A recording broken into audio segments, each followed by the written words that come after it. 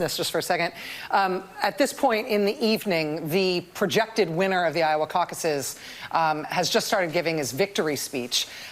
We will keep an eye on that as it happens. We will let you know if there's any news made in that speech, if there's anything noteworthy, something substantive and important. The reason I'm saying this is, of course, there is a reason that we and other news organizations have generally stopped giving an unfiltered live platform to remarks by former President Trump. It is not out of spite. It is not a decision that we relish. It is a decision that we regularly revisit. And honestly, earnestly, it is not an easy decision, but there is a cost to us as a news organization of knowingly broadcasting untrue things.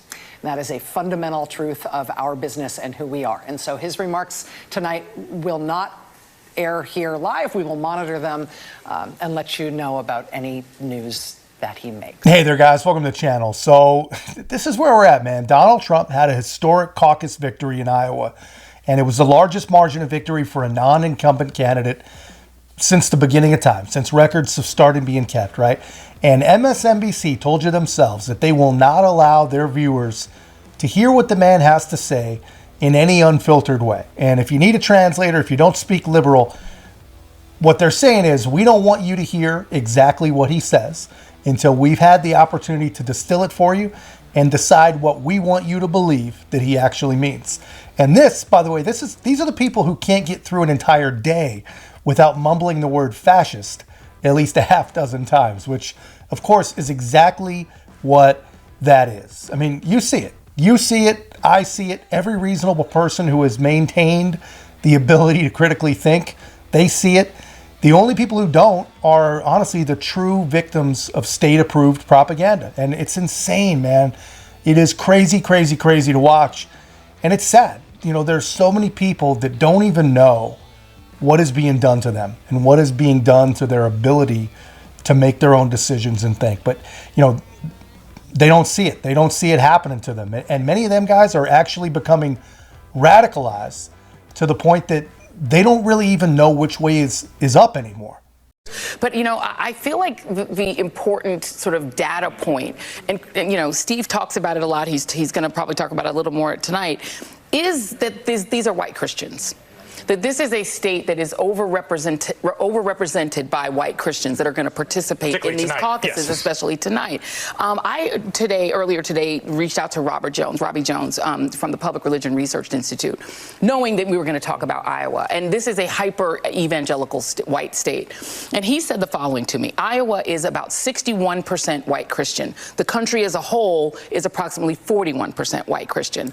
And in Iowa, we're talking about evangelical white Christians. And he said the following. Because I asked him, what do they get out of supporting Donald Trump? Because he keeps losing, he keeps delivering losses and losses and losses. And he said the following: they see themselves as the rightful inheritors of this country, and Trump has promised to give it back to them.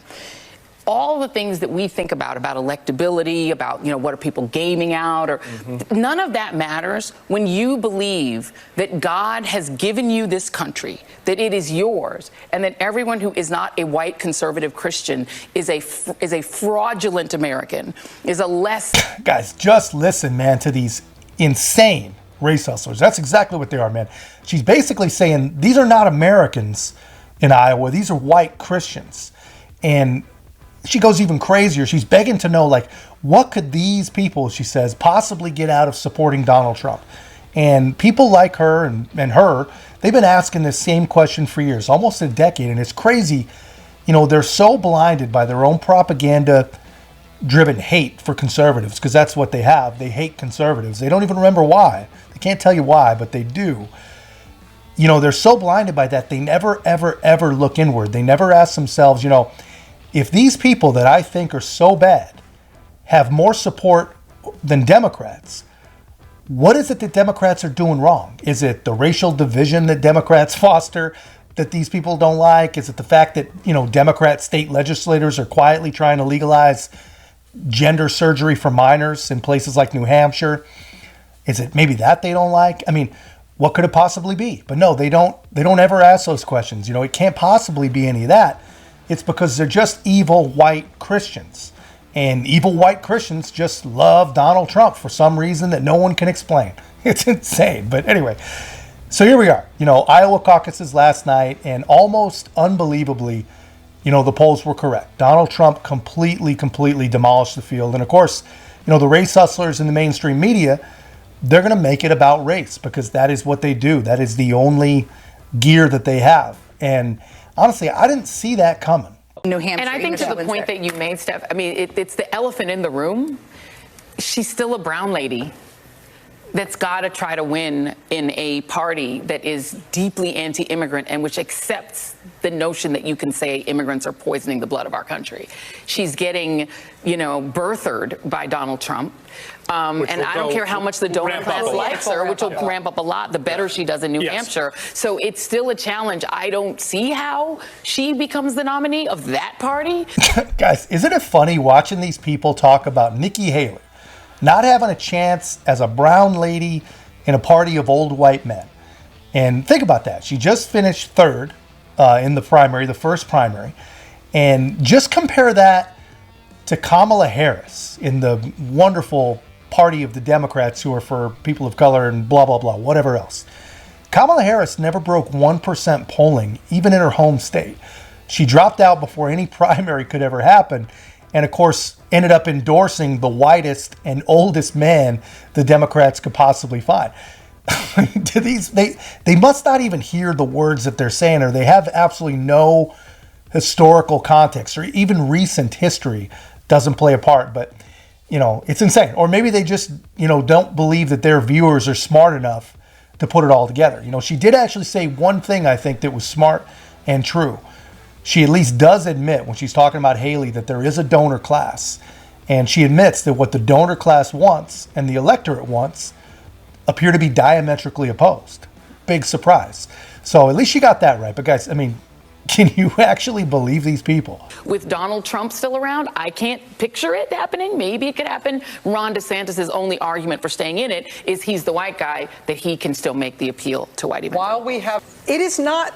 If we are worried about the rise of authoritarianism in this country, we are worried about potential rise of fascism in this country. If we're worried about our democracy falling to an authoritarian and potentially fascist form of government, the leader who is trying to do that is part of that equation. But people wanting that is a much bigger part of that equation. Right.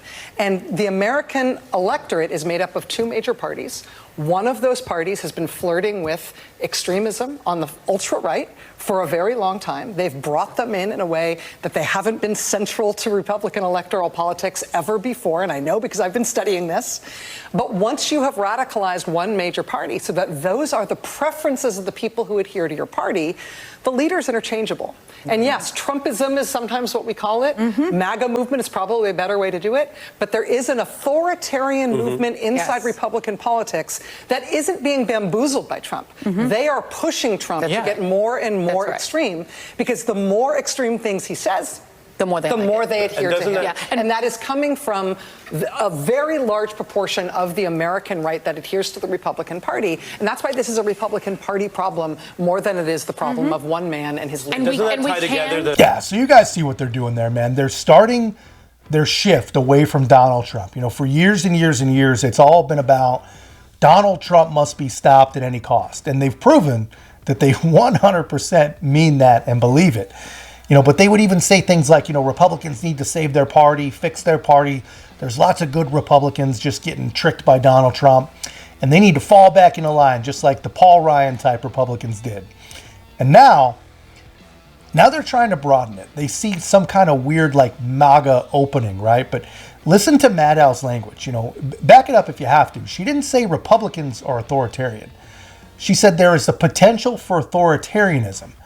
What does that even mean? Let me know in the comments if you think that she even knows what she means. But here's what I think she's saying.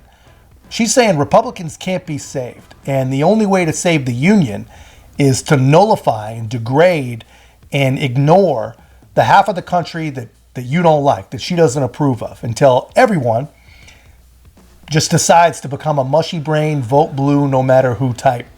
And we have one party rule. Pretty amazing stuff. She actually believes this. Either that or she really doesn't have a filter. She doesn't really hear the words that she's saying. But here's the best part. they did all this, they did all their manipulations, all their weaponizations, their own dishonest part in this game that the media played is exactly what has led us right to where we are. And the way it looks to me is that state by state, people are going to send the message that they no longer believe anything that these people say. And nothing they can do is going to stop this movement. Well, nothing that they've tried at least.